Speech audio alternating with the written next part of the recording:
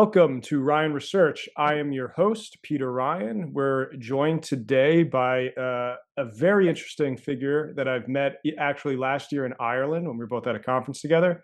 Her name's Angelica, and she has a very interesting perspective on Taiwan, China, how that fits into the global discourse around it, as well as being a specialist on nuclear policy. So I would like to turn it over to her to give a little bit of a brief background on herself and where'd she like to begin? Hi, everyone. I'm Angelica Oung, and I'm coming to you for this podcast from my home in Taipei, Taiwan. And I should add that I'm a professional nuclear activist. That is my bread and butter. But because of Taiwan's special geopolitical situation, I've also kind of become the accidental geopolitical commentator. I've really had a long journey on this since arriving in Taiwan in 2020 during COVID. Um, because before that, because I'm Taiwanese American, I have dual citizenship. I really was more of a tuned out from Taiwanese politics, is what the way I would put it. And I was more like aware of where I stood in the American political spectrum. I am a Democrat. I sip lattes. I have an NPR tote bag. So in Taiwan, I feel like the vibe during COVID was very much that, oh, we are Taiwanese, not Chinese, and we're the plucky little democracy that's going to build the Boba Rainbow Alliance and foreign friendship with Lithuania, and this is what's going to keep us safe from big bad China. And we must protect Taiwan and resist China by being very tough on them and being a thorn in their side. You have to understand during COVID, somehow all of this made perfect sense. Um, but you fast forward to 2022 and the Ukraine war. I think even in the beginning of the Ukraine war, it kind of still made sense. It seemed like, yeah, the big authoritarian countries are the big bads of the world, and like-minded democracy, strong alliance, it's what's needed to fight back against them. But as the Ukraine war progressed, we really saw that the plan didn't go so well. And we saw that the support of Lithuania can't even protect their neighbor. What do we expect them to do for us? For that matter, what could we do for Ukraine, half the world away?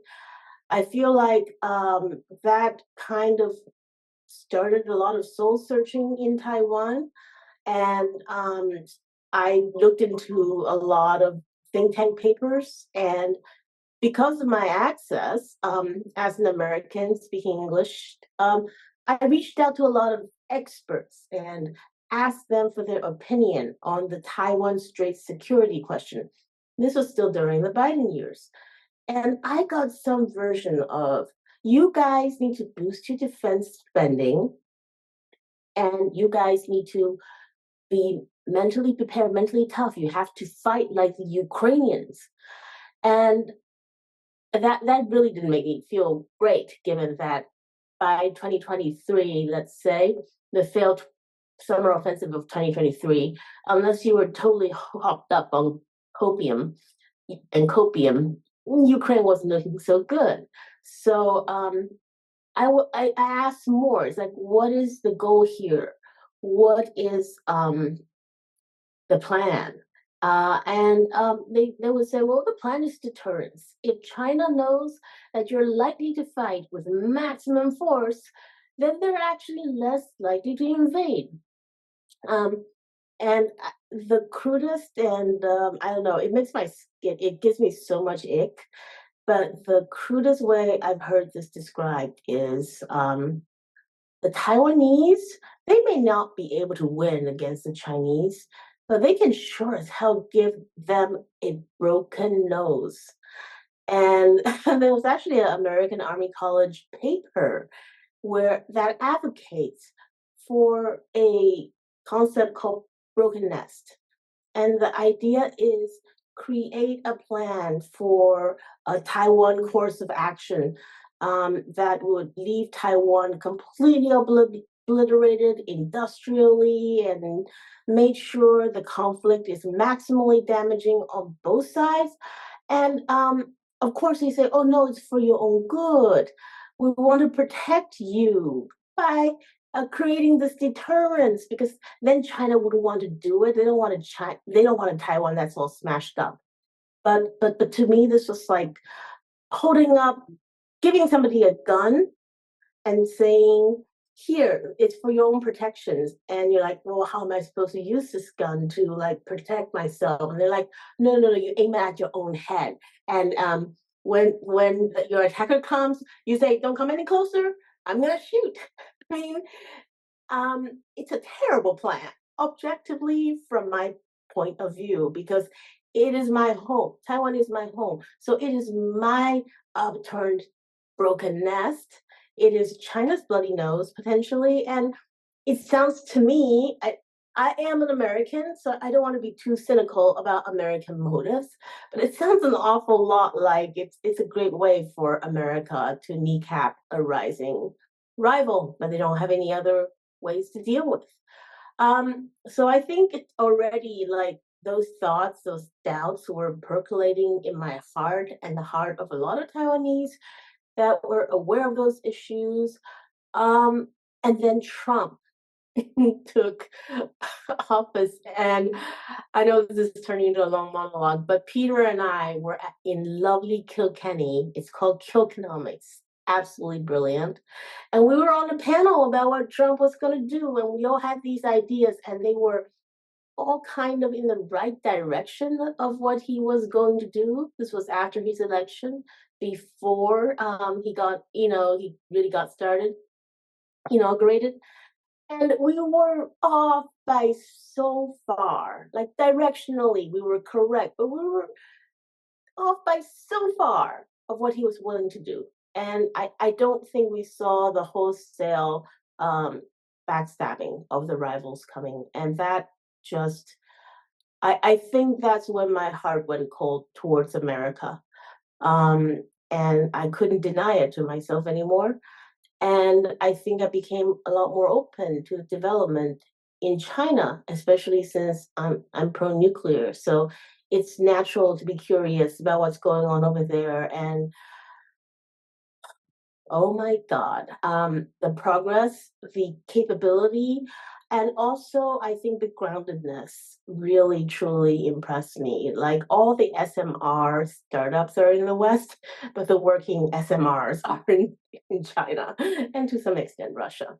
So I guess that's my rather rambly intro, and we can take the conversation from here. Yeah, well, it was not rambly. I think it was very eloquent, and it got to all the points along your journey of having your formative impression of what the relationship between China and Taiwan are. And then as we enter this new period of time where there is kinetic conflict on the horizon potentially, how that reality starts to bring home necessary fact finding. And then because of your nuclear specialty, having to just be on top of what a large country is doing about nuclear and seeing both the scales fall from your eyes in terms of the US sphere that Taiwan is in and how that geopolitical planning is going, and seeing, like you called it, the more grounded, economic development orientation of China, and maybe some of the myths that are on either side, kind of get dispelled. So I found that informative. I also agree with you that some of these military plans are very skin crawling of what people in cushy other countries, other cities, how they play chess with other people's countries and lives and critical infrastructure and things like that. So that is a very truthful statement. So I think where I want to go next is exploring the tension between the fact that I have it right here in terms of Taiwan's export destinations. By far, Taiwan's number one trading partner by exports is mainland China, and including Hong Kong. It's about 150 billion. The United States clocks in around number two with 75 billion. So, can you explain this cognitive dissonance between having your largest trading partner, be inherently um, necessary to the functioning of your economy and society, and the fact that because they're in this U.S. geopolitical sphere, they are, poised to, initiate in a way a kinetic conflict. So how do these two things exist at the same time? It's really funny. Yes, China is a huge trading partner, and part of the reason why that's so is because we have very, very favorable trading terms with them. There's a trade deal called ECFA, I think it's Economic Framework Agreement, sorry, can't remember. That was written during the Ma years, Ma Ying-jeou, former KMT president. It wasn't actually that long ago. He was in power 2008 to 2016, I believe. So it's a exceedingly favorable trade deal. So in a way, they're the anti-America. They talk tough. They don't love bomb us, but they're giving us a good deal on trade. And it feeds a lot of families in Taiwan because I think when people think about Taiwan, they think about TSMC. Well, there's 23 million people in Taiwan. They're not all working for TSMC or even in the tech industry. Let me tell you, a lot of people are still employed in these more traditional manufacturing or agriculture. And basically, this very favorable trade deal enables us to have a trade surplus with China, if you can believe it. So the nature of the beast is we simply have this behemoth that is our neighbor. It is natural. It is the most natural thing in the world for China to be our biggest trade partner, even if there's no other connection between us. But there is a lot of connection between us. I think Taiwan played a really key role in the development of China coming up. You have to understand, if you go back to, let's say, the 90s, not that, all that, just, you're too young to remember it, but, the Backstreet Boys years, to give everybody a grounding, they, they, oh, no, Backstreet Boys was later. Sorry, that's a totally uncalled for tangent. But in the 90s, um, Taiwan always has about 1/50th of China's population. Sometimes it's 1/60th, but we're very small compared to them with regards to population. But we had like 40% of their GDP because Taiwan got rich super ass early. And by the way, inconvenient truth, while we did it, we mostly was not a democracy. And actually, our economy has saw stagnation and increasing inequality and runaway real estate prices since we became a democracy and also economically liberalized at the same time. I find that interesting. A lot of people forget about that. So, okay, yeah, China's there. We trade a lot with it because they give us good terms. Once in a while, when they feel the need to put us in the geopolitical naughty spot, they'll do something like, we're taking away your tax advantage on churramoyas, or we are banning your pineapple imports, or your mangoes have scale beetles in them. We're not taking them anymore. But it's always something like very controllable, very minor, and it's more about sending the message. Despite the fact that after 2016, the Taiwanese political attitude towards China has turned completely hostile. They never took that deal away. And Taiwan could have unilaterally said, we're ripping the deal up. But after all, President Tsai Ing-wen, when she was running for as a candidate, she called it a sugar-coated poison pill, ECFA. So you think if it's really such a sugar-coated poison pill and we need to diversify our trade internationally, wouldn't it be the most natural thing in the world to rip it up as soon as you got into office? No, she just quietly kept it going, and she was very adept during her 8 years in office of uh, doing what she herself called the warrior cat democracy dance. And she uses warrior cat to contrast with China's warrior wolf. So while China is like, wow, we're tough, take us seriously, we've arrived, do it our way or the highway, and yeah, China, hell yeah, it's like very aggressive, very yang. Her way of doing diplomacy was very soft power, very yin, and very much about giving all these messages that Taiwan is on the side of the West. So during those years, a very plausible narrative. It's lining up the West against the rest, and you want to make sure you pick the right side. And Taiwan is picking the West, and therefore all these soft power gestures became really important, such as gay marriage. She made sure gay marriage got done on her watch, which I personally think is fantastic. But actually, if you look at the polls of actual Taiwanese people, they kind of don't want it. But she made sure she was sending all the right signals. She significantly reduced the death penalty while she was in power. So, it's still on the books, but she didn't execute very many people. And she made sure to send all the friendly democracy messages. And she also kept on with what I'm just going to call designification. I know that's a loaded term. Um, but basically, actually, it was a process started by her predecessor, Chen Shui-bian, the first elected DPP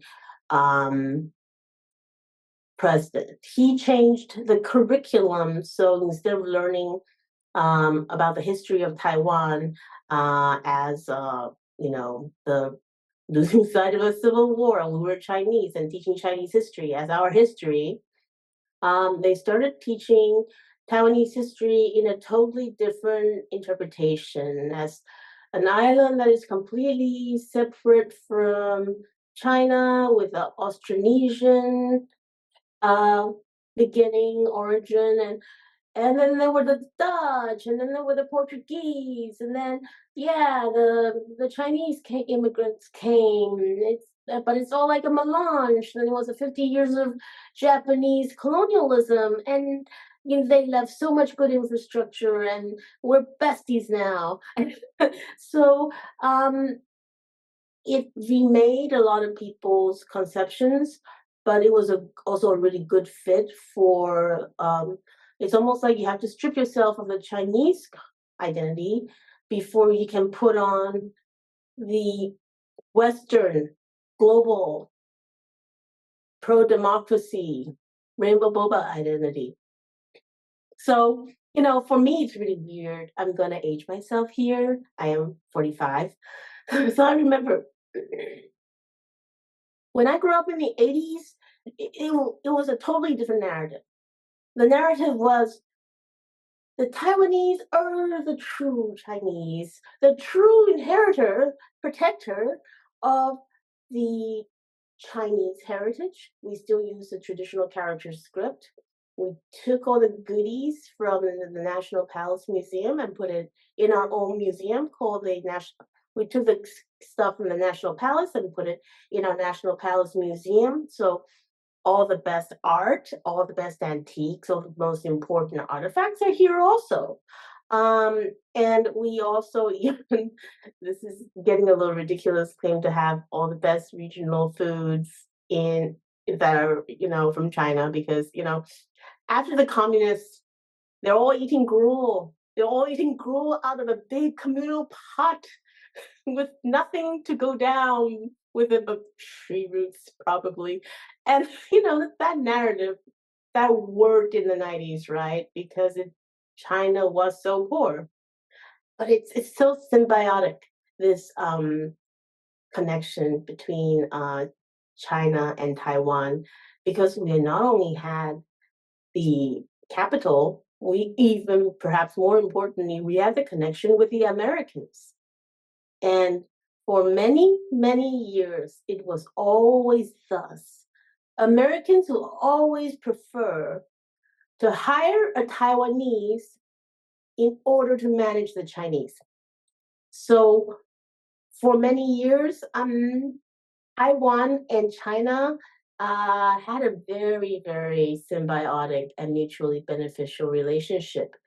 We'd go over there, get orders from the Americans, manage the local Chinese factories, and basically earned a handsome keep as the intermediary. And that is something that we eventually discovered was an expendable role. First of all, the Americans started cutting us out because they realized they could deal with the Chinese on their own. So, for instance, Apple, instead of working with a Taiwanese company Foxconn, started working with China-based true Chinese OEMs like Luxshare. But I think we're also starting to find that Americans themselves are not totally indispensable. And it's really funny how when you're living through it all, you're just like, yeah, they need us. Yeah, with a link in the chain, with a Bible link in the chain. I have to jump in. I just want to point out, I mean, I feel silly for not knowing, but I feel like I would be like many Americans, if not Western Europeans as well, that did not know Foxconn, the famous sort of factory that comes to mind for Chinese manufacturing, is in fact a Taiwanese company. Oh, That's yeah. kind of a very acute example of exactly the relationship you're talking about, where so much of what we think about China is in the image of Foxconn factories, and it exactly pinpoints the relationship you're describing of Taiwanese being the intermediary. But as you're describing, that role was expendable, and later on, the Chinese could just go direct with the Americans. So Yeah. that's a very fascinating example. Don't get me wrong, Foxconn is still a big deal in Mhm. China. There's still a lot of Taiwanese OEMs doing a lot of business there, but it's not like the way it was before. And Mhm. a lot of the money that they made there, a lot of the investments, they're also having a hard time. They want to come back. It's hard to come back. Hard to bring the money out because of capital controls. Also hard to reestablish yourself. Like, where do you go? Where do you go that has that industrial ecosystem, And if you want to come back to Taiwan, good luck finding the land, the labor, the electricity. Like, everything is higher, everything's more. And even if it isn't higher, it's not as good. It's like they don't have the same ecosystem here. Like, we have a very complete ecosystem for the production of a very specific product, high-end chips. But for everything else, you want to make, I don't know, auto parts or widgets, machine tools, whatever it is people want to make. It's harder. Yes. So I also wanted to circle back to the point you were describing about the rhetoric of Taiwanese history Mhm. and the practicality of Taiwanese statecraft vis-a-vis economics.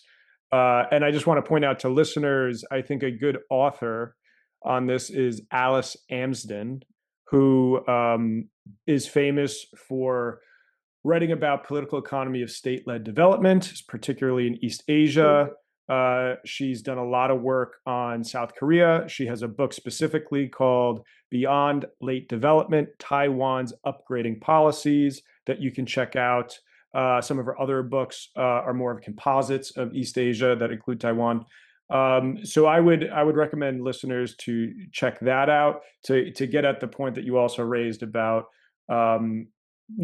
Taiwan actually didn't develop and get rich under the rubric of the current rhetoric of I don't know what exactly the term you used before, rainbow boba or something like Rainbow boba democracy. sort of East Asian Be Tony like a rainbow Blairism. boba a Yeah, democracy. No. And it is yeah, criminal how when people think about the era of the two Changs, they think in terms of it as also being very oppressive. And yeah, they were better than the commies, but not by much. And they had a secret police and they disappeared people. And um, they had shootings and etc. But if you look at it, I can't. I mean, when I compare the Taiwanese way of developing a nation and the way China is developing herself right now, it almost seems like some form of convergent evolution towards an Asian developmental state model, no matter where you come from ideologically, because you have to understand that the both Chiang Kai-shek and his son, Jiang Jingguo, who I think remains, everybody agrees, the best president Taiwan has ever had. Um, they hated the commies, right? So how can they be doing things the same way? Well, they are doing things very much the same way. I'm going to take TSMC as an example because a lot of people have entirely the wrong idea about TSMC. They start the story with Magic Morris Chang, who felt like disrespected and put out to pasture at Texas Instruments. So he decided, I'm going to come home and make Taiwan great again. And he bought all these magic silicon chips and American technology. And he came to Taiwan, and then there were chips everywhere because Taiwan was so good at we had these magic chip making hands that are so suitable for the manufacturing of this like super advanced technology. And all that is nonsense. The story started so much earlier than that. And it started with one of the great men that built Taiwan that's almost been completely forgotten, at least outside of Taiwan. People here remember him. And his name is Sun Yat-sen. And he's talking about engineers versus lawyers, right? This man was an engineer through and through. He started off at Taipower, and he managed to get the grid after World War II from a very, very degraded state to like exceptional coverage for residents everywhere. It was actually a very important goal for the Changs, both the father and the son, to make sure there's good infrastructure extending electricity to rural areas. Remind you of anybody? And then he rose from heading Taipower to communications. He just rose and rose and rose. He became the premier. And along the way, he had a very, very famous breakfast store meeting. I don't remember exactly what the year was, but it was very, very early. And it was with the RCA engineer. And they were discussing the possibilities of doing chips in Taiwan. And back then, Taiwan was doing low end manufacturing, like we were making maybe Barbie dolls, not chips, lawn umbrellas, tennis shoes, that sort of thing. And, like making a good baseball. That was considered like a huge coup. Like Sears took our baseballs, that kind of thing. But at that time, he was already able to envision a Taiwan that can make chips. And people didn't really buy into it. Like not the private sector for sure, but he convinced the man he needed to convince, who was the president, Jiang Jingguo. And together they basically like strong armed a whole bunch of Taiwanese private conglomerates to participate in the project. And they also started the necessary ecosystem. They started the industrial think tank, ITRI. They started the Hsinchu Technology Park, and they recruited guys like Morris Chang. So I don't want to deny Morris's contribution, but he was the hired gun. He wasn't the architect of the idea. He wasn't even the gardener. He was basically, hired for a job, and he did it very well over multiple decades, I might say. And TSMC was nurtured for years and years, maybe like decades. I mean, I don't know exactly how long, along with a clutch of other competitors, but TSMC was the one that made it. But I would argue that if it wasn't for TSMC, somebody else would have been number one in Taiwan. And it's due to the ecosystem, the industrial ecosystem that Sun Yat-sen and Katie Lee, another absolute titan of technocracy, set up with the permission of and Jiang Jingguo, the support of Jiang Jingguo. And that is what built the Taiwanese chip miracle. And we're living off the legacy of the past because this could have never happened. We could never create another TSMC now. TSMC survives and thrives because as state capacity to act went down, its own corporate capacity for action went up. And it always still worked very well with the government. So it was able to keep things on a very, very high level. But that's not possible to get started again, right? It's like we have this very lopsided economy. One world famous company taking up so much water, so much resources, so much electricity. Like I think maybe like 8.5% of Taiwan's power goes to TSMC, and it's a blessing and a curse. It makes everybody else feel poor because TSMC, people bought TSMC stocks, people who work at TSMC, they're driving up property prices. They're doing very well for themselves. Of course, they also work very hard for it. But what else is going on in the Taiwanese economy? You are not all chip engineers. So that was a fantastic explanation of the realities that we're speaking to here, and it connects back to Alice Amsden, as I spoke to, in describing this state-led development and how rather than it being one sort of extreme version of either end of the economic spectrum, sort of extreme capitalism or extreme communism, it is like more of the mixed economy that we're more familiar or we more associate even with like China today. And that gets at what I'm familiar with, where China certainly maybe, whatever year we want to call it, they made a pivot with, I believe it was with Deng Xiaoping's visit in 1978 to Thailand, Malaysia, Singapore. I also think, yes, he visited Tokyo in 78 and 79. And this, this sort of this regional span is getting at what Amsden was getting at, which is there is this unique way that a few East Asian economies developed themselves in the 20th century, and particularly sort of that 1945 to 1975, 1980, 1990 sort of period. And so generally we conflate that with the East Asian tigers, which Ireland, as another just sort of coincidence, gets the Celtic tiger as sort of an indirect tangent from that in the 90s. That's another story.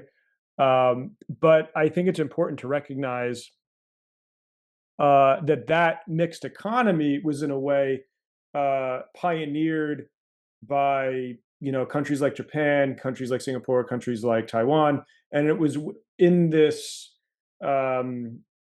in this swirl of policy, education, and discourse that then Deng comes in, sort of observes that, and starts to internalize how to implement that within China. And so that goes forward. So here's another way in which there is actually all of this connective tissue that is uniting Taiwan and China, and not just the surface level fact that they are both from historic China. They both have all of that tangential connection, but it is really much this ongoing counterintuitive relationship of increased trade, sharing policy, intellectual history, of sharing more of this like more intimate business connection of the Taiwanese being the intermediary for a lot of the Americans. So that's fascinating to me. And so that's where I want to speak to: is there a bridge brewing at all within um, Taiwan politics that is seeking to not so much just take up the China line, but call for a de-escalation of tension, to sort of continue more of the trading relationships, and just find a place where you don't have to pick China, you don't have to pick the U.S. Taiwan can stand on its own 2 feet, and exist in like an emerging multipolar world.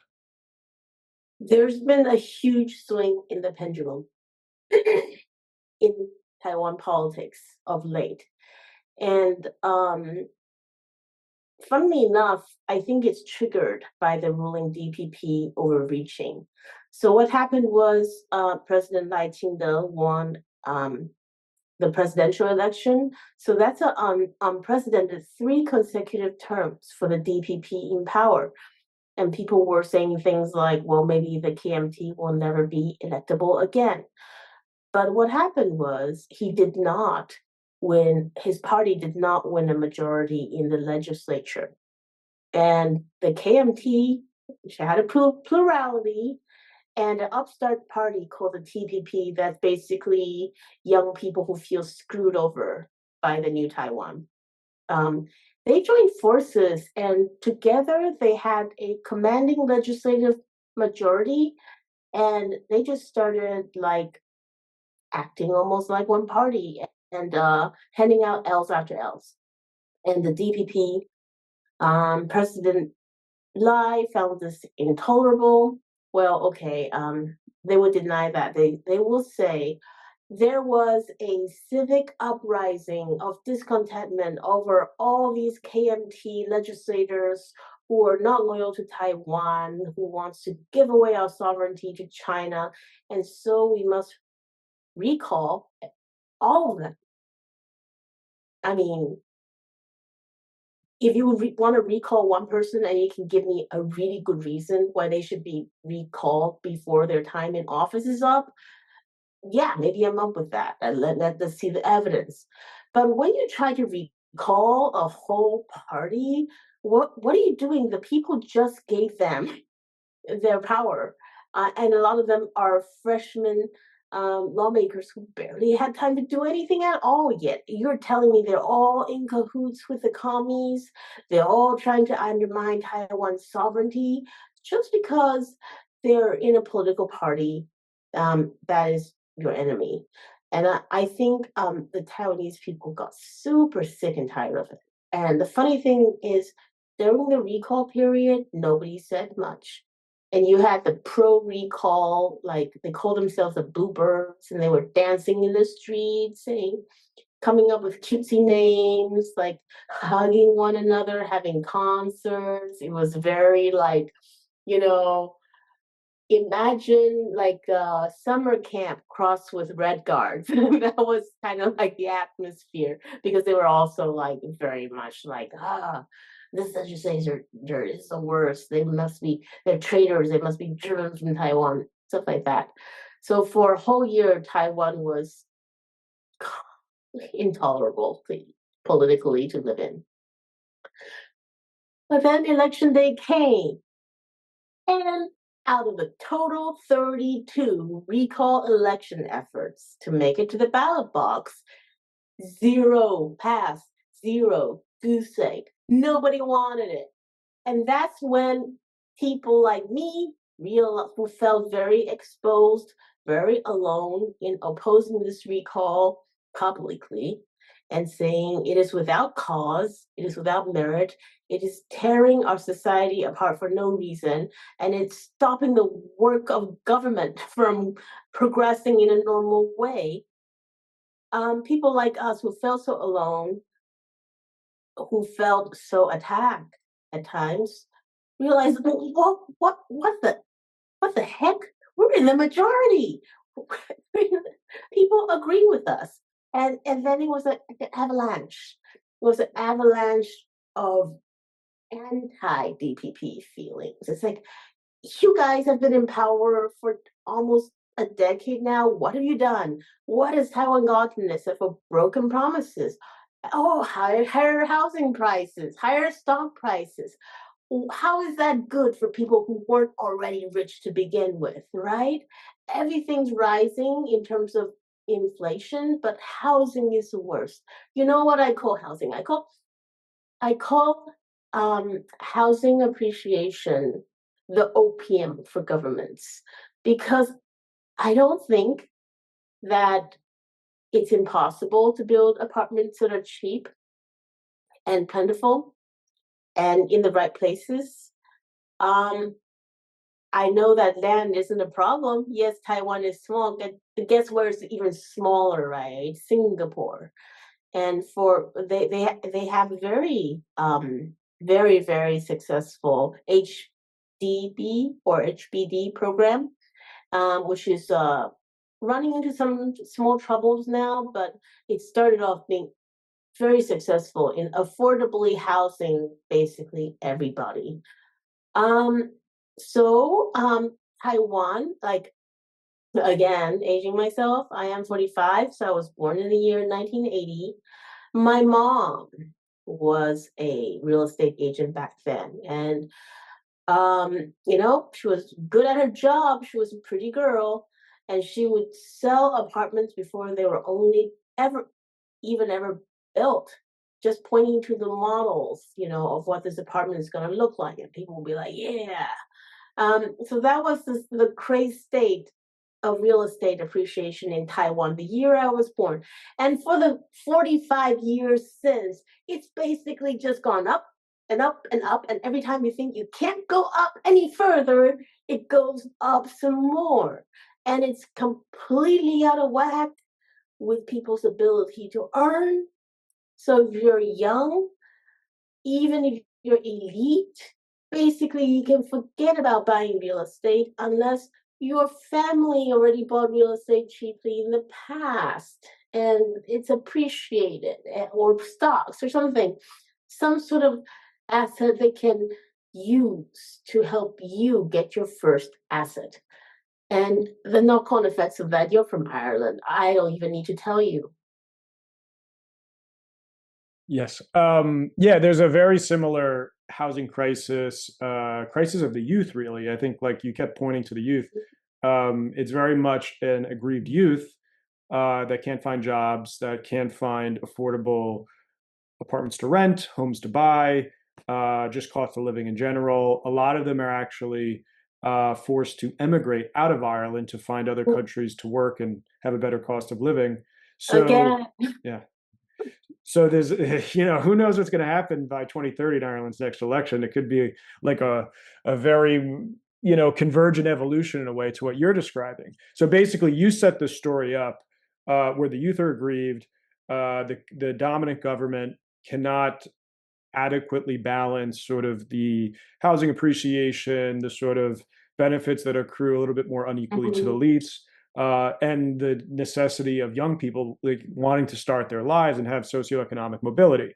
And so that domestic problem converges with the geopolitical problem of, why is Taiwan getting so aggressive in regards to, or America's making Taiwan get more aggressive on China when we have all these domestic problems and we'd rather, dare I say, want to focus on Taiwan first and its problems versus, getting into some conflict drawn up by whatever that paper you mentioned earlier, like in DC or New York City. the broken nest. Yeah. So can you speak to how this domestic problem that you've described very well intersects with the geopolitical problem? Yeah, and it's actually, I can do it in a very timely way because probably the most pro-China chairwoman of the KMT in a long time was elected last week. Her name is Zheng Liwen, and she's publicly said on many occasions that she is going to make the Taiwanese proud to call themselves Chinese again.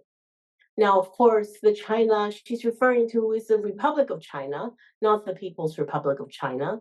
But she is a strong advocate of cross-strait peace based on the 92 consensus, which is somewhat fuzzy. It's kind of a consensus that there's one China. But beyond that, it's like it's very it's very spiritually, we know it's there, but what are the details? Nobody knows. But I think that's the way it has to be. The Civil War is a gaping wound, and I think you can almost think of it as a wound that's calloused over, so that underneath the wound there's like like the blood vessels are reconnecting, tissues are getting built up next to each other. Like literally, we have a lot of Chinese spouses in Taiwan, and Taiwan also a lot of Taiwanese uh, live and work and find their other half in China. And it's natural. It's natural, right? With such a big country and such a small island next to each other, speaking the same language, people want different opportunities, experiences, people fall in love. So you have all this like stuff that's like healing underneath this callus. And let's call that callus status quo. And it there might be something that's unstable there. There might be something that's rotten. How can we like keep the situation stable on until there's true healing when there's also like antagonistic forces both from without, from America? I think it's hilarious whenever Americans accuse any other country of electoral interference. Like the director of NED, when he comes to Taipei, he goes to all the political parties, KMT, DPP, even TPP, and he's bold about taking a photo with the party chairman. And it's like, you know, I don't want to call it a humiliation ritual, but it's something everybody have to submit to. And every presidential candidate in Taiwan, it's an unwritten rule before they can become the candidate for your party. First of all, they have to go to America and they have to get the Washington nod of approval. None of this is written down, none of this is official, but somehow they always make that trip. And it's understood that whether or not Washington finds you worthy counts for a lot. So it's just like if Washington think tanks are floating ideas like broken nest and forcing us to buy more US weapons, even though they haven't even delivered the last lot. And most disturbingly, Taiwan's industrial crown jewel, TSMC, they're basically trying to take half of it. They're forcing TSMC to move half of its production across all the nodes, from the most mature legacy nodes to the most advanced, to production in America. And it's not just TSMC, it's all the Taiwanese chip companies. So literally, like during the Biden years, during the Boba Rainbow Democracy will keep us safe years, we were also told the Silicon Shield will keep us safe. And now you're literally splitting the Silicon Shield in half. I am an American as well as a Taiwanese. have every incentive, have every desire to think the best of America and American intentions. But I came to the end of my ability to do that. And the Taiwanese are pragmatic people. Yes, there are people who are true believers, who are, China bad till the end of time. Um, but I think they don't know China now. They have some very, very like distorted propagandized. I think they think they're so free. They think Taiwan's so free with its democracy and freedom of speech. And I can call Nightingale all sorts of names. They don't have that in China. But in a way, they're so much more propagandized than the people I met when I visited China, right? They still think Chinese people are poor. They still think like you can be gulagized and organ harvested for saying random things. They still think like, oh, the Uyghurs were genocided, while for some bizarre reason siding with Israel in the Gaza issue. But of course, Israel is on Team America, Team West, right? There are partners in democracy. So um, the lack of the ignorance is really what's keeping people in this narrative that I feel like has run out of steam. Yeah, can I ask, do you have any insight into how much domestic uh, Taiwanese people hold these anti-China views and then lobby the U.S. government? Even if there's a feedback loop there, going back and forth. Their feedback loop, great way of putting it. Yeah. At the same time, is there a significant Taiwanese or even historic exiled KMT from mainland China diaspora population inside the United States? And is it that diaspora population of Taiwanese people that live inside the United States and that have obviously a distance from both countries? Um, is that diaspora sort of doing a lot of lobbying on behalf of Taiwan? I would say that we are not as effective Mm-hmm. as a diaspora lobbying Washington. We are more like we're more of a tier two partner. Like, obviously, it's really funny sometimes you hear the Taiwanese people say, oh, we've got to learn how to lobby like Israel. They're so good at getting their voices heard in Washington. I'm just like, guys, you're not going to reach that level, right? You can't. It's impossible. Like you're just not going to be that important. It's not that Israel is so good at lobbying. It's like there's all these structural issues. Um, so we're really Just to point out as well, like there is also like what I was thinking of too was there is like a Venezuelan, especially a Cuban diaspora community in America that is very much militantly neoconservative and very much wants intervention uh, into countries in Latin America like Cuba, Venezuela, sort of on behalf of their very extreme conception of neoconservatism and their sort of historic legacy of whatever tragedy befell them or um, I won't describe every situation, but if people were certain driven out of a country because they weren't acting on the best interest of said country at the time and maybe helping foreigners loot the country, but that's another question. So that's where I'm just thinking. You mentioned the Israeli diaspora lobby. You mentioned, and so there is the like kind of Latin American diaspora lobby. So that's where I think sometimes that group isn't actually experiencing the direct reality, especially now as we enter modern times, because these people are like living in the 1980s.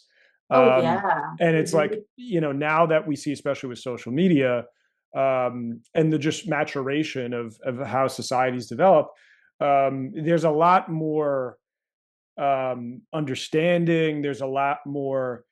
Um, I think sort of things that we associate maybe with an ideology is in reality associated with a stage of development. So, calling something, communist or capitalist bad or poor or this or that, it's more to do with, well, what stage of development were they at with vis-a-vis, whatever purported ideology was there. So I think like now we're in 2025, we see on social media, like you said, many Taiwanese people have been to China. They have spouses that are mixed marriages from China and Taiwan. And so people kind of see this reality. But you're saying it isn't so much that there is like these hanger-ons that don't actually experience that because they live in America, and they just sort of what they create sort of this paranoia that then America lobbies Taiwan for. So you're saying that's not really the case? I think it is the case. Okay. I think you very accurately put your finger on the dynamic. Mm-hmm. I simply don't, the dynamic is definitely there. I just don't Mm-hmm. think they have that much power. Mm-hmm. I think America thinks of Taiwan more as a piece than as a buddy. And we're definitely being set up to be the next Ukraine. I've heard from so many different strategists. You Taiwanese are so brave. Be prepared to fight like the Ukrainians. That is the most chilling statement, a compliment someone can give you. And it's like people will start talking absolute nonsense, like, oh, the terrain is perfect for extended guerrilla warfare. You can go into the mountains and come out in the night with your sharpened bamboo sticks and, harass the people. Are you kidding me? This is Taiwan. We have no equivalent of the Azov battalion. We are not a particularly martial people. And, I think truly in a wartime situation, we be more likely to do some balcony gardening so that we can have greens under blockade than to actually go out there and do serious resistance stuff. We're just not up for it. And I think for those of us who have been to China and seen the development, realize this is not bad. We're also not like the downside isn't bad enough for there to be that level of resistance, right? It's like, oh no, we're going to go from the Asia Pacific ally of the biggest, strongest, richest country in the world, the United States of America, who supported us for 980 years. And now we're going to go to being a part of a rising economy that's likely going to be the world's largest, most consequential, most influential economic entity with 40% of the world's manufacturing output, and what's likely to be a huge upgrade in basic infrastructure. Oh no, that sounds terrible. I mean, I'm not saying that. I'm very conflicted about this because just the way I grow up, like democracy is idealized, especially liberal democracy, especially liberal Western democracy, and communism was vilified. Now, I think we can put a pin in whether what China is doing communism or not. I personally doubt, but that's another separate discussion. But I love my freedom of speech. I love my legislative brawls. Like once you understand them, like it's a really fun, like it's almost like a sport to watch. So when they have a good brawl in the Taiwanese legislature, that's like Angelica's private Super Bowl. So Yeah. I like all those things. I don't want my life to change, but at the same time, I realize the changes are frankly not worth having a war over.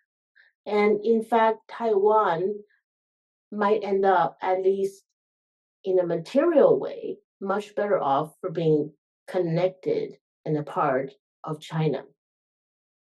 And yeah. Yeah, and as we've been describing through this conversation, in many ways it already is.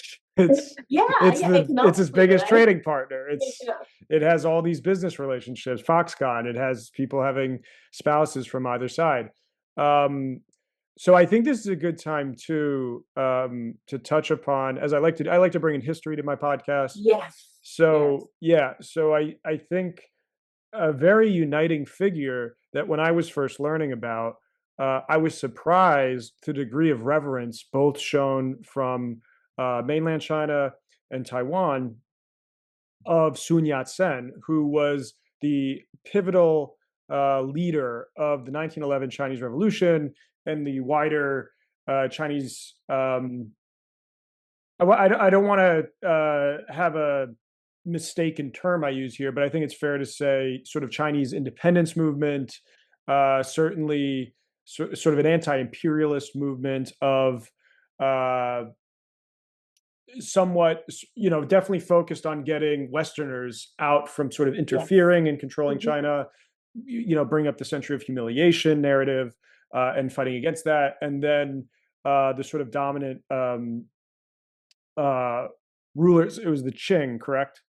At the time? Yes, yes. Yes. So, and Mhm. then looking at them as, um, sort of in a way failing to do that, to get the foreigners out, the Westerners out, looking at them themselves as somewhat of a conflict of interest, given that they were from like Manchus, and looking at it from a sort of a Chinese nationalist point of view, or more of a wider sense of nationalism, because always from back then there were ethnic minorities that were included in that conception. But certainly there was this generally, yeah, I think generally I can call it anti-imperialist Chinese independence movement that he was fueling, and then this unfortunately gets stymied by uh, this sort of breakdown in unity and people sort of staking out pieces of China for their own sort of fiefdom. And then unfortunately, Japan comes in and really starts to create problems and the tragedies of World War II and the prehistory before official World War II that China was experiencing. And thus we get into sort of the conflict of the revolution, and the historical legacies of that is colliding with the rise of the Japanese empire and fighting off that, and of course the actual unity of communists and what would become Taiwanese nationalists of KMT kind of fighting off Japan and in league with America at the same time. And so Su Yat-sen is, like, I think, yeah, that very pivotal, very revered figure. And so do you see him as someone, as a piece of history then that could actually bridge this divide of sort of centering emerging China Taiwanese relations sort of around the respect for this figure? There is certainly a lot of respect for this figure, and rightfully so. Actually, I gained a lot of understanding after I went to visit his memorial in Nanjing, and previously, for me, yeah, of course, Sun Yat-sen, father of the nation, wrote our constitution, but the constitution is not that respected in Taiwan anyhow these days, so who cares? What did he actually do? What did this guy do, right? Did he win any famous battles? Did he rule any cities? Was he even in the country when the Qing dynasty actually fell? The answer is no. So I think before I actually went to visit his memorial, I had this idea that he was just like a yapper, a talker, a word cell. And he had a lot of ideas about China, but he didn't do anything. He wasn't a man of destiny. And I went there and I was like, oh, I got it. Sometimes history isn't made by the men of action, but the man who has it in him, has the bigness inside him to hold a vision of the future.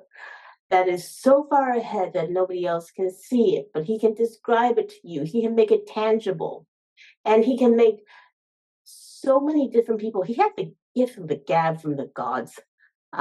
He was raising money from strangers, from family. When he talked to the Russians, he was a commie. When he talked to Americans, he was a Presbyterian.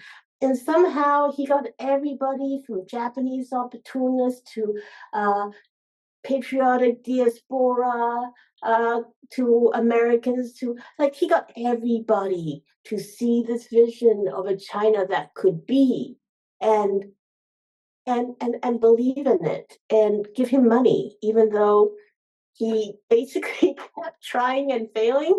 What For most of his life, his revolutionary life, the action part was just like a series of failure.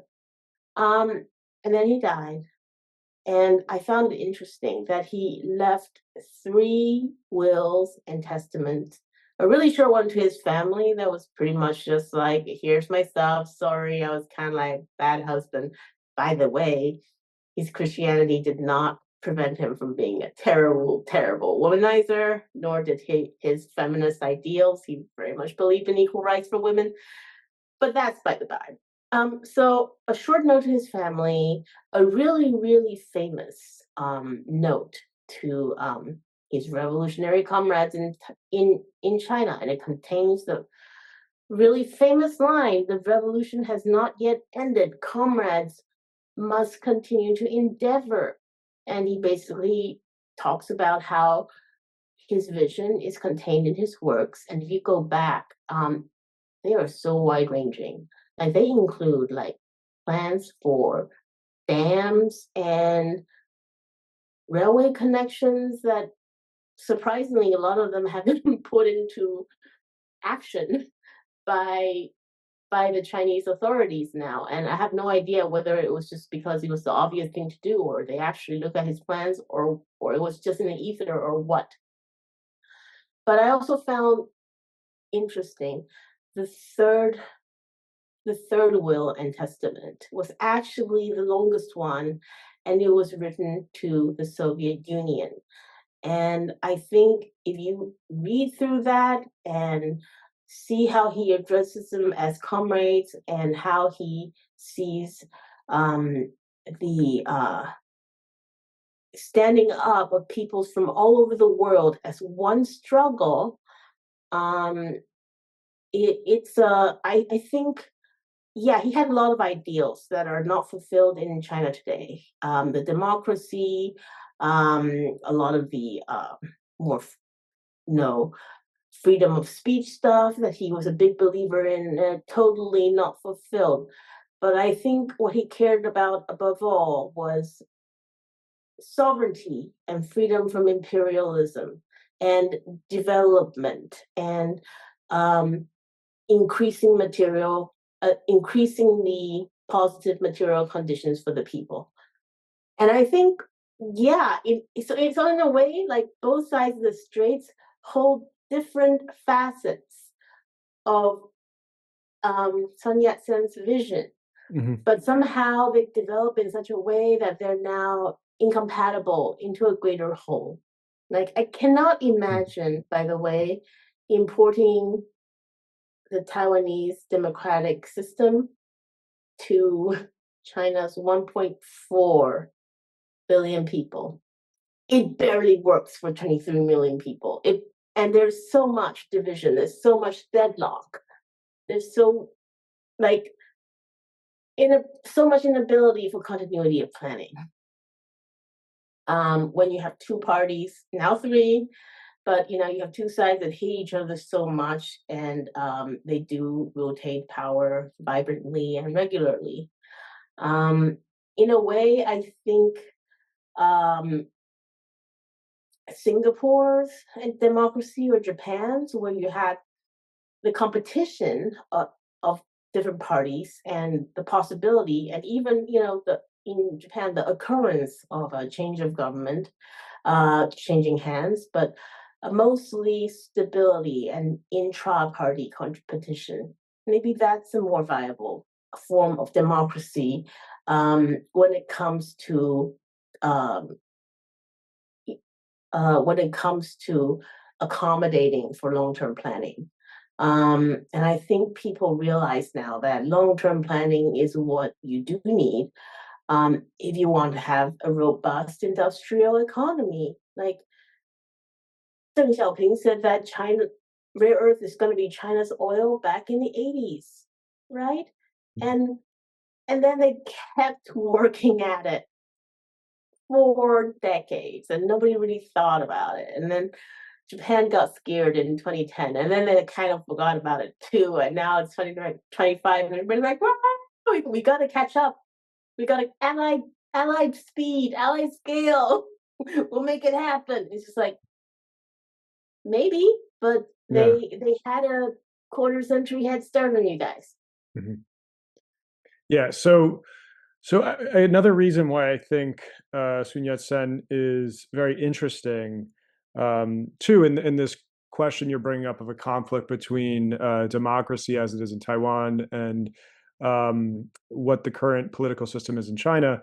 Uh, and when you go back to his writings, I'm thinking specifically of his Three Principles of the People book. Mhm. Um, what you find is, again, very wide ranging of uh, different categories of topics of different countries, of different histories. I think one of the very respectable qualities of him is that how well read he was, how willing he was to have a global education for himself, but Mhm. understanding the uniqueness of connecting that to China's historical development deep into Chinese history. And so this is where he comments, looking at the West, and he does see utility in sort of the democratic forms that were going on in the Industrial Revolution period, and sort of the dawn, Enlightenment, liberalism, Industrial Revolution, sort of like political, economic things happening. And so he certainly respects that and finds utility in it, but he is definitely looking at it from a very independent and critical, in the best way of like a scholar lens, of saying, well, at the same time, there are downsides, and he even like talks about the fate of a democracy that might end up having. I have the quote here. Let me get it exactly. Um, that possibly the skillful will be the slaves of the stupid. Um, and I think any Westerner in a sort of Western democracy could certainly sympathize with a certain level of stupidity running amok in sort of parliaments and in congresses. But I think what then he goes on to say is, it's not that that means like democracy is bad. It's good to have democracy. It's good to have some of these liberal values. It's good to import some ideas from the West. But he's saying, why are we ignoring a very vast and deep history of China's experience of being a civilization that was very advanced before many other nations were? And we can look back and pick pieces out that make sense, and especially make sense for the uniqueness of China. As you said, it's 1.4 billion people. It's a lot to manage. It's a certain landmass. It's a place in the world, and so that does not mean it actually contradicts the democracy that when we think in the ideal form. And that's where Sun Yat-sen clarifies that, quote, true liberty and equality stand upon democracy, and then that stands itself on, quote, the sovereignty of the people. And Mhm. so that clarification of, well, how do you maximize the sovereign people? Because that's actually the predicate to getting um, true liberty and equality, because sort of getting that backwards can lead to these downsides of sort of Westernism that can get imported. And it's particularly, I think, as a Westerner, it does seem very anachronistic, or not but maybe chauvinistic, to sort of premise everything on like, okay, we have this cartoon of ancient Greece, everything comes out of that, England perfects everything somehow or something like that, and then America does it better, and now we're here. But it's, why are we tracing this very narrow historical story that way, when does the advanced civilization of China, that had many ingredients of civilization well before a lot of other countries. Does none of that history have anything to say? And can contribute to creating political systems, evolutions, and how our political systems are offered or economies are managed that has any value, that is totally actually independent from the 20th century's Cold War discourse as well.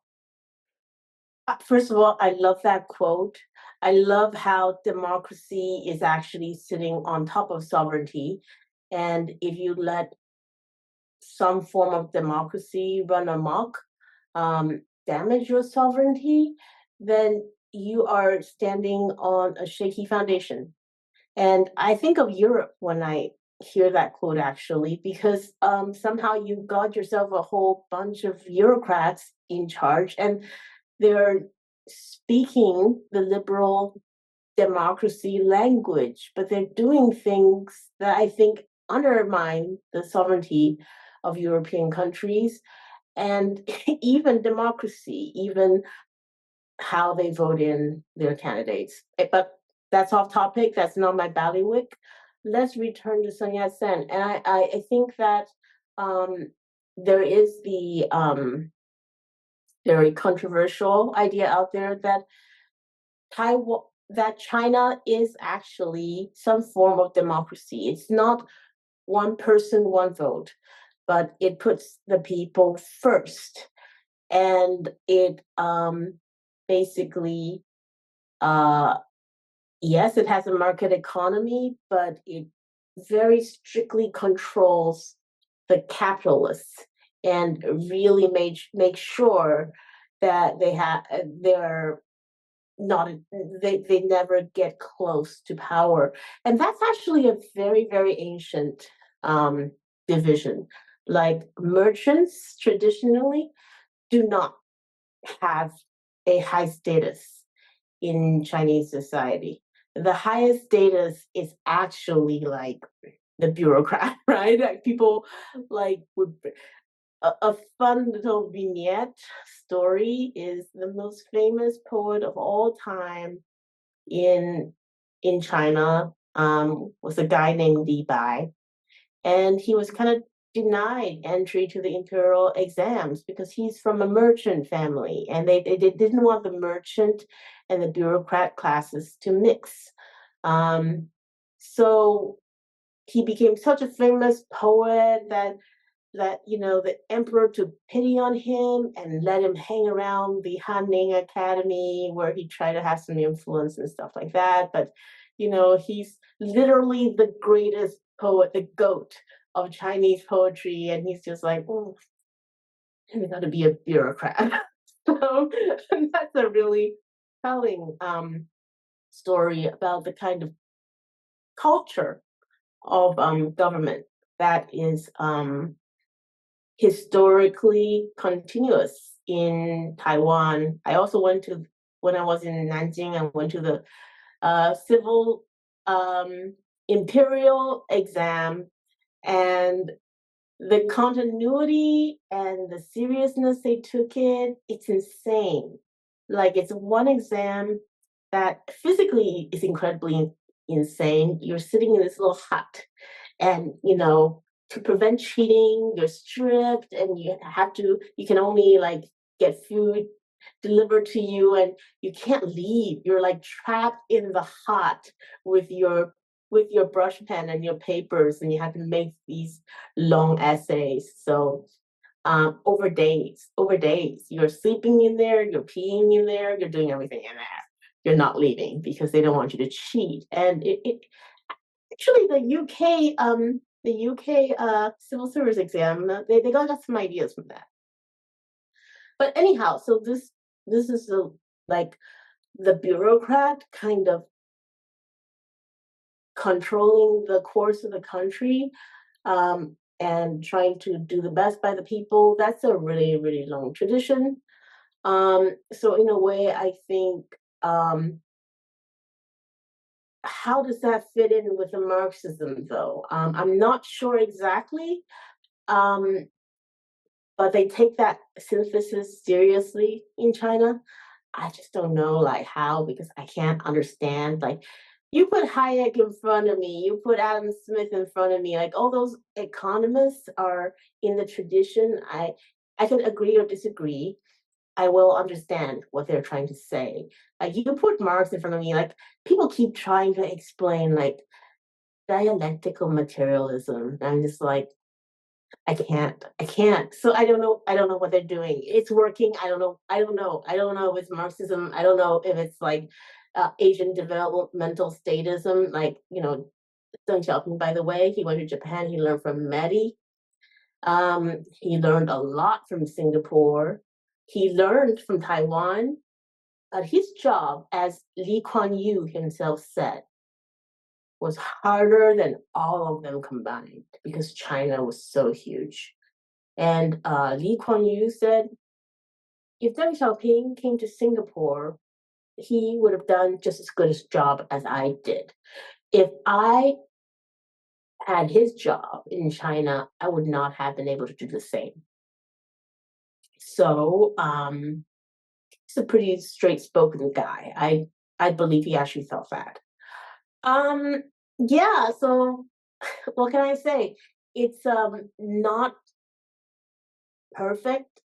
It's not what I would wish to live under as a system. I'm too used to my freedoms. I want the freedom of speech. I want the shouty political shows. I want my vote. Even though like referendums, man, they suck. But, I want those things for Taiwan for the future.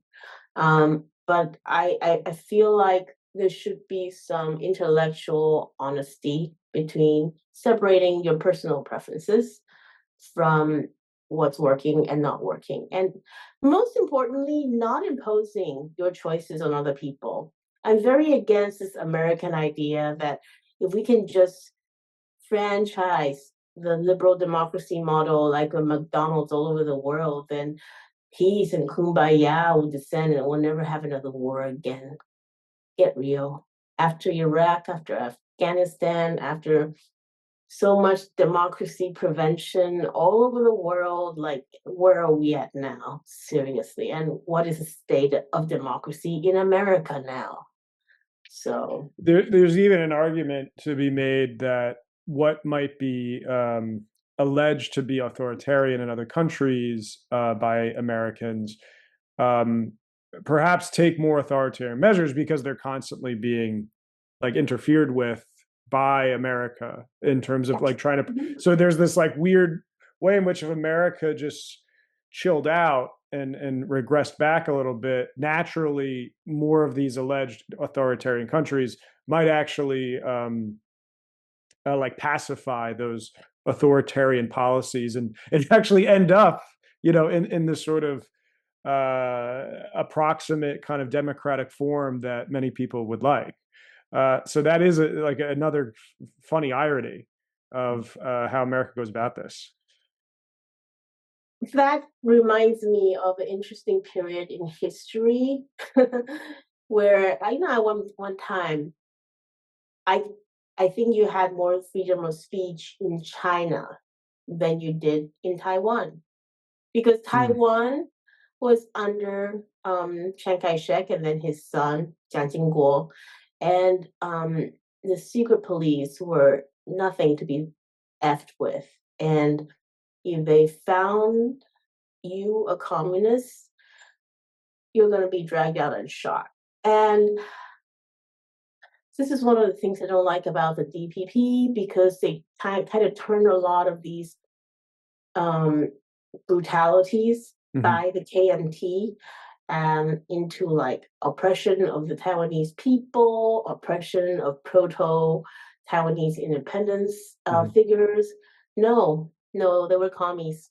And many of them went to Mhm. their death saying, glory to the Chinese Communist Party, glory to Chairman Mao, glory to China. Like that's the sort of thing they would say on their Mhm. way to being executed. Mhm. Um, the Changs did a great job cracking down on them. And of course, that comes with also cracking down on free speech. Like they ban all sorts of things.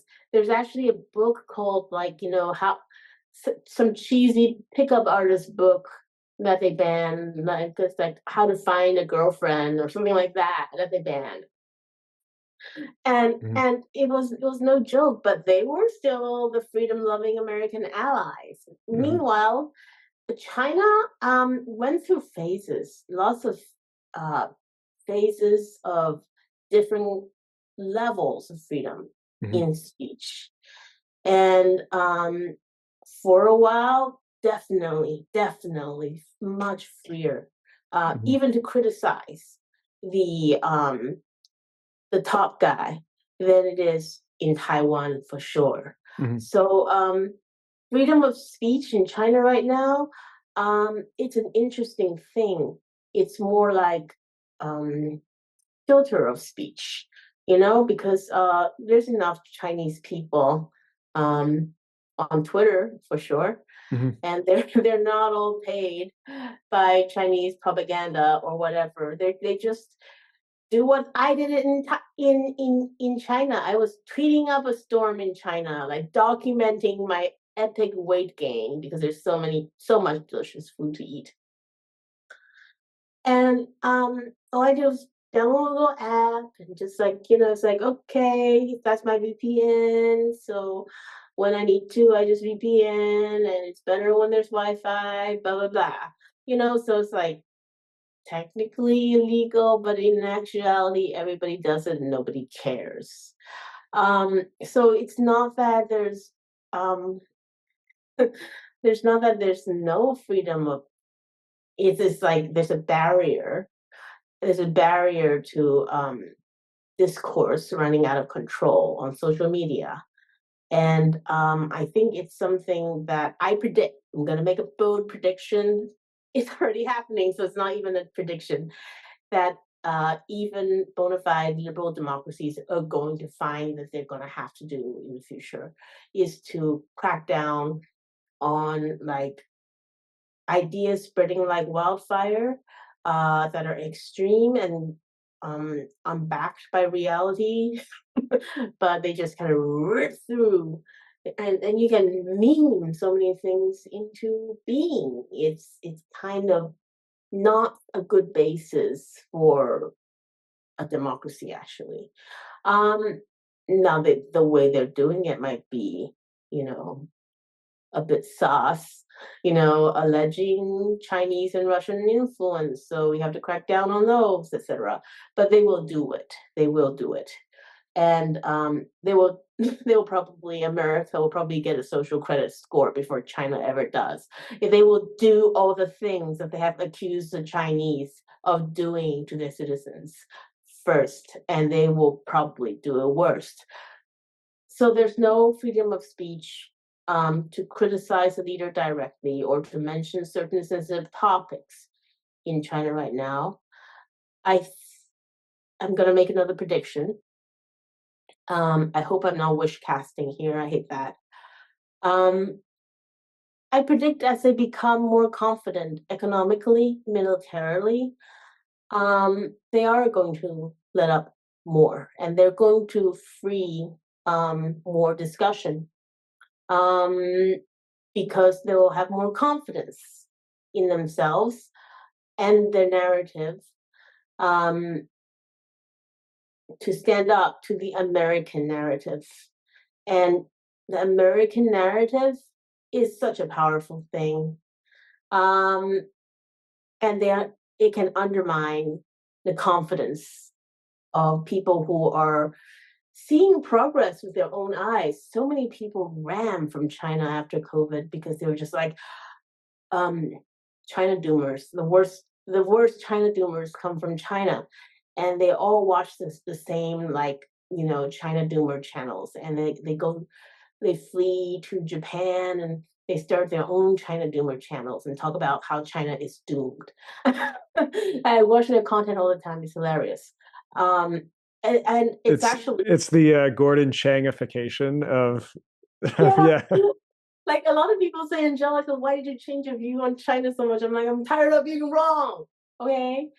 I read Coming Collapse of China in 2002, 1 year after Uncle Gordon wrote it.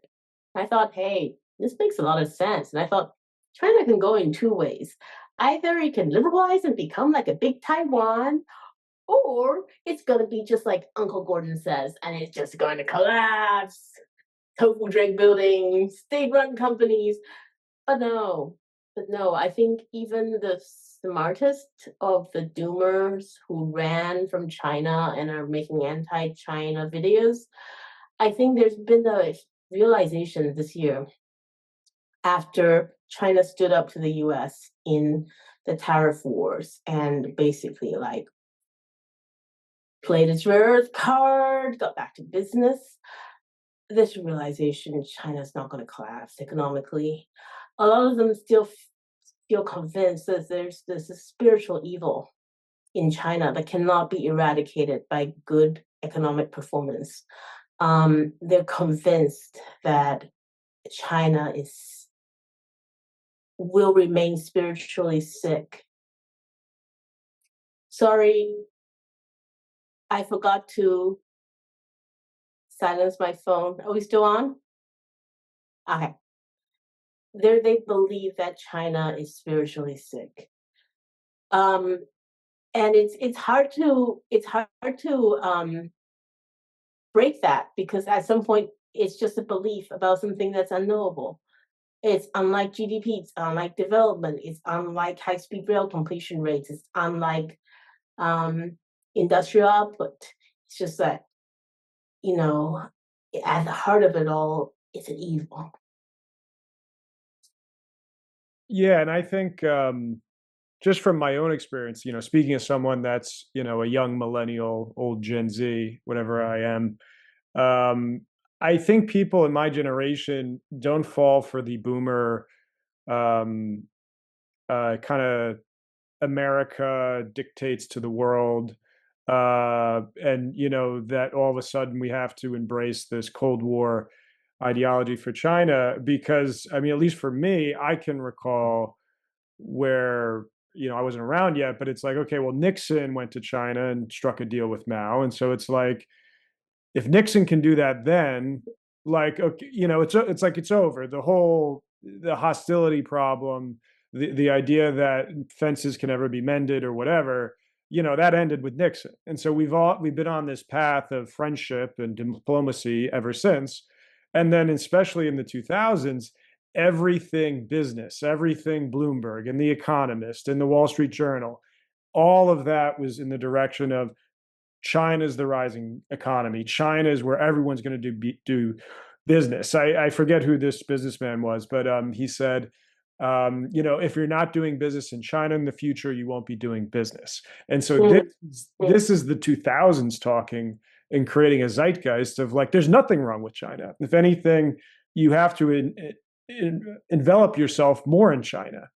And so that's where, like, particularly for me, I took 3 years of Chinese language in university, um, which unfortunately I've let go rusty. I never had a chance to use, but it was under this you could call it propaganda of the West at the time that China's great, China's the future.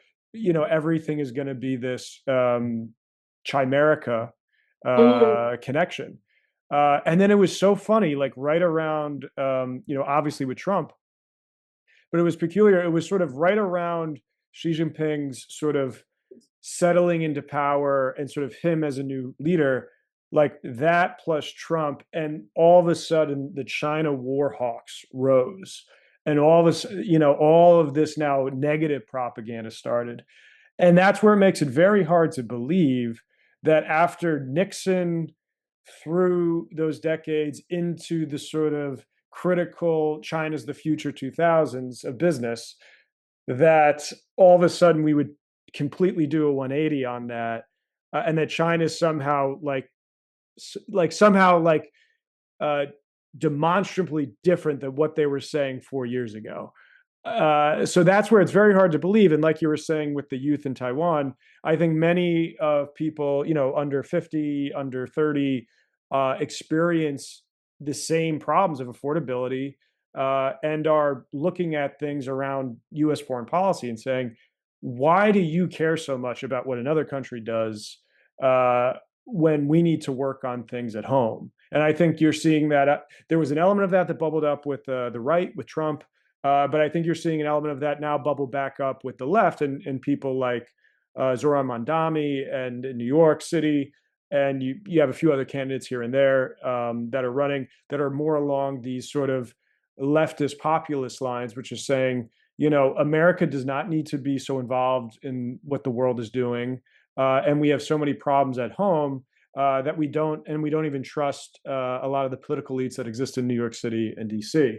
So yeah, so I think a lot of this negative propaganda is not falling well with a lot of the American public, especially the American youth. And it'll be interesting to see like where things develop in terms of America having this pressure campaign against China and how that impacts Taiwan. Well, I'm just going to state my personal beliefs on this matter. I have no proof for this. This is just an intuition. I believe that during the period when America and American elites were positively courting China, they were putting a deal called Chimerica on the table. And it would be a G2 world. And fundamentally, China didn't want it.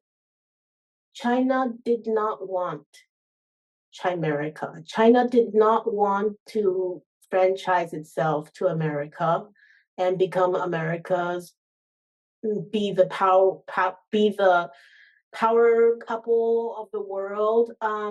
China wanted to keep being China, and You mean it didn't want someone in New York City telling it what to do? exactly, because I think it also knows that implicitly it's always going to be the junior partner in that arrangement. So China rejected Chimerica. China did not want a G2 world. I've heard it said that China doesn't want to be the American replacement either. China doesn't want a G1 world. China wants a G0 world. China prefers multipolarity. And it prefers to inherit all the wonderful international institutions and markets and systems that America created and is now trying to smash up. China's saying, hold on, we like this. No, let's do it right, like the way the original spirit of the UN and the IMF and all the other multilateral international organizations. They would prefer to do it that way. Now they have BRICS, they have their SIPs, they have all their alternatives. But the way I see them developing those organizations is as backups, not replacements. They're not actively replacing. It's like every time America does something to weaponize the existing multilateral agreement and leave people out in the cold, then BRICS is activated. Then the SIPS is activated. So yeah, what I'm saying is China might be fine with a G4 world if it's China, America, Russia, like the EU blob. I don't know. I don't know. Like China might be happy with a G6 world, but what it does not want is a G2 world or a G1 world, whether that one is China or America, because China is very much about China. Like, if American exceptionalism is the belief that anybody in the world can become an American and any country in the world can become like America, then Chinese exceptionalism is a complete opposite. You cannot simply become Chinese, and there is no other country that can become like China, because only China is China. And I feel like they're very good about doing like, hey, trade development deals, we're exporting our knowledge in this way, but it's not it's not trying to do the McDonald's thing. It's not saying McDonald's sucks or Burger King. We're going to franchise our way of life. There's an understanding that it's localized and to this place, and they've bound it to the international boundaries that's been drawn. And to them, it includes Taiwan, it includes Macau, it includes Tibet and Xinjiang. And so they will not allow separatism.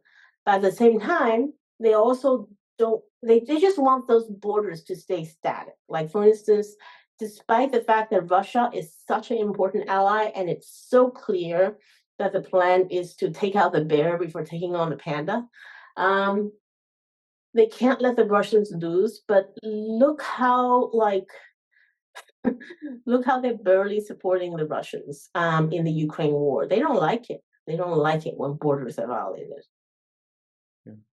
Interesting. Yeah, that's a very unique and interesting insight. So I think we're coming up now on our time here, and so I think I'd just like to make my parting thought in our conversation about Sun Yat-sen. I do know he was as a profession, he was a trained doctor. Yes, and he's actually quite a good doctor. Mm-hmm. And it would be very metaphorically harmonious if the description you described as a wound that's been callousing over, if maybe, as I said, like that sort of historical reverence can somehow be leveraged in a way where the doctor can heal the wound of that civil war between the two places. So I think that's my my parting thought. No, that's beautiful, and I am a Cali girl at heart. You can take the girl out of California. You cannot take the California out of the girl. I'm like, manifested, bestie. Yeah. but also, let me end with another metaphor from the newly elected KMT chairwoman, Zheng Lilun. And she said, too many academics, too many politicians, when they talk about reunification, they want to talk about the framework, the timeline, the terms and conditions. And that's putting the cart before the horse. He says, this is not the time to build a fancy roof. It's a time to lay a sturdy foundation of trust between both sides of the Taiwan Straits, both on the mainland and on Taiwan. We already work with each other. We're already like married to each other, but we have to learn to trust each other again. And that means communication. That means getting to know each other's priorities, maybe using our words to truly describe what's important to us instead of using empty terms like we must have freedom and democracy, right? Be granular. What do you mean when you say that freedom is important to you? So, like, from that basis of understanding and strong support beams of mutual benefit, mutual commerce, which a lot of which are already there, it's when we have the foundation and the support sorted out that we can put any kind of roof on the structure, and it would be a safe and secure container for China and China, which is one China, but we agreed on in principle, to hold the mainland and Taiwan safely under some kind of ideological structure. That part comes last, and it can be, people have suggested a whole lot of things, is it a Commonwealth? Is it one country, two systems? Is it some sort of extreme Finlandization where Taiwan just agrees not to be weaponized by the Americans? I don't know. I don't, but I consider it like the duty of every Taiwanese who can think clearly on this matter to help build that foundation of peace, because It would be such a shame. It would be the dumbest war of all time. And there's already too much. There's already been too much in the past century of Chinese killing Chinese. And the next century should be the Chinese century.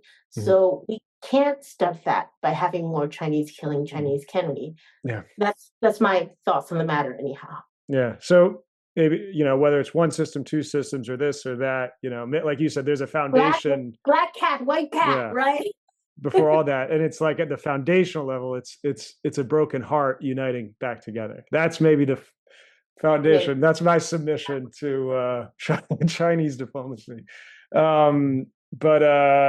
And I'll add, I've said before as a joke, the 21st century will be the Irish century. So we'll see out there competition. But yeah. So I want to thank you for this illuminating discussion. You have a fantastic perspective on these matters. I think this is very educational for listeners. Apologies we didn't have time for the nuclear topic. Maybe we'll chat about that in the future. Next time. But it was supremely educational. So thanks for coming on. So feel free to have any parting thought and any plug you want to do. Sure. Thank you so much. Actually, thanks to you in more ways than one, Peter, I have a new podcast to promote. And you can find episode 1 of the Taipology podcast on YouTube. I haven't started a new channel yet, so just search my name, Angelica Oung, and you will find my channel, and you can watch it. And it is about the new KMT chairwoman, Jenny Wen. You can also find my work at typology.substack.com. Peter will put that in the description, I'm sure. And you can follow me on Twitter at Angelica Oung. And as a parting thought, I find you open-minded, lucid, and rigorous, which I think are all good traits in economists. Because for too long, I've just grown up under people who were so sure about the rightness of their medicine, and they gave it to everybody, and everybody who got sick, well, that was their own fault, and people who did well, of course, they took the medicine. And I'm just so sick and tired of economists who are treating their discipline like it's a hard science, like it's a physics, like it's a chemistry, but it's not. It's important, but frankly, we are still at the stage of leeches and bloodletting. We haven't gotten to lobotomy yet. Sorry if I'm insulting to economists. I'm just like, Yes. No, hey, you're preaching to the choir. Study the topic. Don't study how to, be an economist. I think that's the divergence. Don't let yourself become a high priest to a dying religion. Yeah. There we go. So thanks for the kind words as well, and a very enjoyable conversation. Thanks for coming on. I enjoyed it too. Thank you very much, everybody.